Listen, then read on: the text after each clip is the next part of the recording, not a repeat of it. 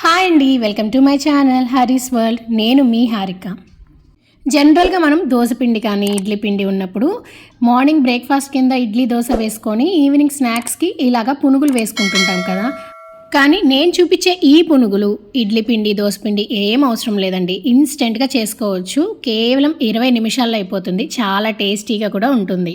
ఒకవేళ ఇంటికి ఎవరైనా గెస్ట్ వచ్చినప్పుడు సడన్గా ఏమైనా స్నాక్ చేయాలన్నా ఈ రెసిపీని తప్పకుండా ట్రై చేయండి. చాలా టేస్టీగా ఉంటుంది. మరి ఈ పునుగుల కాంబినేషన్ కారం కూడా ఎలా చేసుకోవాలో చూపించబోతున్నాను కాబట్టి రెసిపీలోకి వెళ్ళిపోదామా. ముందుగా ఒక మిక్సింగ్ బౌల్ తీసుకొని దాంట్లో 1 కప్పు పెరుగు, ఫ్రెష్ పెరుగైనా పర్వాలేదు, కొద్దిగా పులిసిందైనా పర్వాలేదు. ఏ కప్పుకైతే పెరుగు తీసుకున్నామో అదే కప్పుకి 1 కప్పు మైదా పిండి, 1/2 కప్పు ఉప్మా రవ్వ అంటే సూజీ రవ్వని యాడ్ చేసుకోవాలి. 1/4 కప్ బియ్యపిండి వేయడం వల్ల క్రిస్పీగా వస్తాయి. ఇప్పుడు రుచికి తగ్గట్టుగా ఉప్పు, 1/4 టీ స్పూన్ కుకింగ్ సోడాను కూడా యాడ్ చేసుకుందాం. ఇప్పుడు ఇవన్నీ ఒకసారి కలుపుకోవాలి. నేను కప్పు కొలతలతో చూపించాను కాబట్టి అదే కప్పులతోటి ఫాలో అవ్వండి. క్రిస్పీగా వస్తాయి పునుగులు అనేవి. అస్సలు నూనె అనేది కూడా పీల్చదు, చాలా బాగుంటాయి. ఇన్స్టెంట్గా చేసుకునేవి కాబట్టి ఎప్పుడు కావాలంటే అప్పుడు చేసుకోవచ్చు. ఇప్పుడు దీంట్లో ఎక్కువ నీళ్లు పోయకుండా, మనం ఆల్రెడీ పెరుగు అనేది యాడ్ చేసాం కాబట్టి 1/2 గ్లాస్ దాకా నీళ్లు పోసుకొని పిండి అనేది ఈ విధంగా ఉండేటట్టు చూసుకోవాలి. మరీ ఎక్కువ నీళ్లు పోసామంటే పిండి జారైపోయి పునుగులు వేయడానికి కూడా కుదరదు. ఒకవేళ ఎక్కువ జారుగా ఉన్నా కూడాను ఇంకొంచెం బియ్య పిండిని యాడ్ చేసుకోండి. కానీ కన్సిస్టెన్సీ అనేది ఈ విధంగా ఉండేటట్టు చూసుకున్నామంటే పునుగులు కరెక్ట్గా పర్ఫెక్ట్గా వస్తాయి. ఇలా కలుపుకున్న పిండిని ఒక 10 నిమిషాలు పక్కన పెట్టామంటే ఉప్మా రవ్వకి పెరుగు అంతా వేసాం కదా, కొంచెం నానుతుంది. ఈ లోపల కారం చేయడం కోసం ఒక 10 ఎండుమిరపకాయలని వేడి నీళ్ళల్లో నానబెట్టాలి. అలాగే కొద్దిగా చిన్న నిమ్మకాయ సైజంత చింతపండును తీసుకొని నానబెట్టుకోండి. ఇప్పుడు నానబెట్టిన పిండిలో 1 టేబుల్ స్పూన్ జీలకర్ర, సన్నగా తరిగిన ఉల్లిపాయలు కొద్దిగా ఎక్కువ వేసుకుంటేనే బాగుంటుంది. సన్నగా తరిగిన పచ్చిమిర్చి, సన్నగా తరిగిన కరివేపాకు, కొత్తిమీరని యాడ్ చేసుకోవాలి. పచ్చిమిర్చి అనేది మనకు రుచికి తగ్గట్టుగా వేసుకోండి. పిల్లలకి చేసేటప్పుడు ఒక పచ్చిమిర్చి తగ్గించి వేసుకుంటే బాగుంటుంది. అంటే కమ్మగా ఉంటుంది కాబట్టి వాళ్ళు బాగా ఇష్టపడతారు. ఇలా అన్నీ వేసుకున్నాం కదా, ఒకసారి అంతా బాగా కలిసేలాగా ఉల్లిపాయలు మొత్తం కలిసే విధంగా కలుపుకోవాలి. పిండి అనేది ఒక 10 నిమిషాలు నానబెట్టుకున్నాం కాబట్టి కలిపిన దాని మీద ఇప్పుడు మనం ఉల్లిపాయలు స్టఫింగ్ అంతా వేసాం కదా, ఇంకొంచెం థిక్గా అయిందనమాట.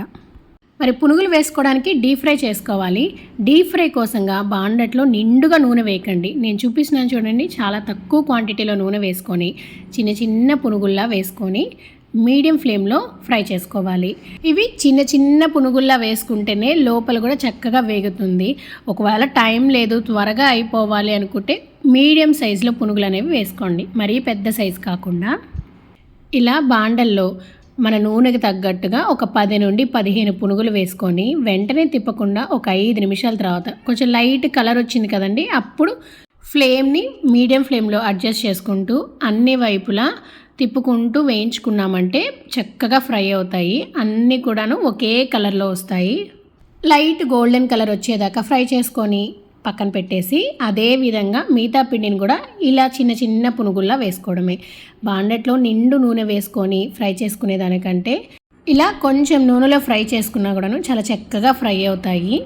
ఇవి వేడిగా తినకపోయినా కొద్దిగా చల్లారినా కూడాను క్రిస్పీగానే ఉంటాయి.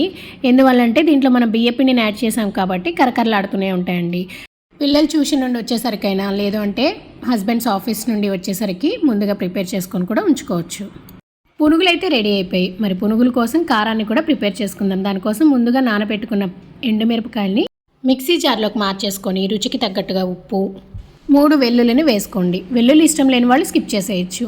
నేను ఇందాక చూపించిన చింతపండులో నుండి కొద్దిగా అయితే చింతపండుని తీసాను, ఎక్కువ అవుతుందేమోనని. చింతపండును కూడా వేసుకొని ఒకసారి కోర్సుగా గ్రైండ్ చేసుకున్నాక 2 పెద్ద సైజు ఉల్లిపాయల్ని మీడియంగా కట్ చేసుకొని వేసుకోవాలి.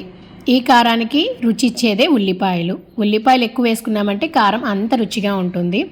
అలాగే ఇందాక మనం చింతపండును నానబెట్టుకున్నాం కదా, ఆ నీళ్ళని కూడా కొద్దిగా యాడ్ చేసి కోర్సుగా గ్రైండ్ చేసుకున్నామంటే కారం కూడా రెడీ అయినట్లే. మరి పేస్ట్ లాగా గ్రైండ్ చేసుకోకుండా కొంచెం కోర్సుగా గ్రైండ్ చేసుకున్నామంటే అక్కడక్కడ ఉల్లిపాయలు అంటూ తగులుతుంటాయి, చాలా బాగుంటుంది అలా ఉల్లిపాయలు తగులుతూ ఉంటే. అంతేనండి, చాలా సింపుల్గా కేవలం 20 నిమిషాల్లో ప్రిపేర్ చేసేసుకోవచ్చు ఈ పునుగులు అనేవి. స్నాక్స్కి ఎప్పుడైనా ఎవరైనా ఇంటికి గెస్ట్ వచ్చినా లేదు అనుకుంటే పిల్లలు ఆకలితో ఉన్నా కూడాను వెంటనే ఇన్స్టెంట్గా చేసేసుకునే పునుగుల రెసిపీ. ఈ పునుగులకి కాంబినేషన్గా కారంగా పుల్లగా చాలా బాగుంటుంది. ఆయిల్ కూడా చూసారా ఎక్కువ పీల్చలేదు. మరి తప్పకుండా ట్రై చేయండి. మరి మీలో ఎవరైనా నా ఛానల్ని కొత్తగా చూసినట్లయితే సబ్స్క్రైబ్ చేసి నన్నైతే సపోర్ట్ చేయండి. మరొక మంచి రెసిపీతో కలుద్దామా. Happy cooking.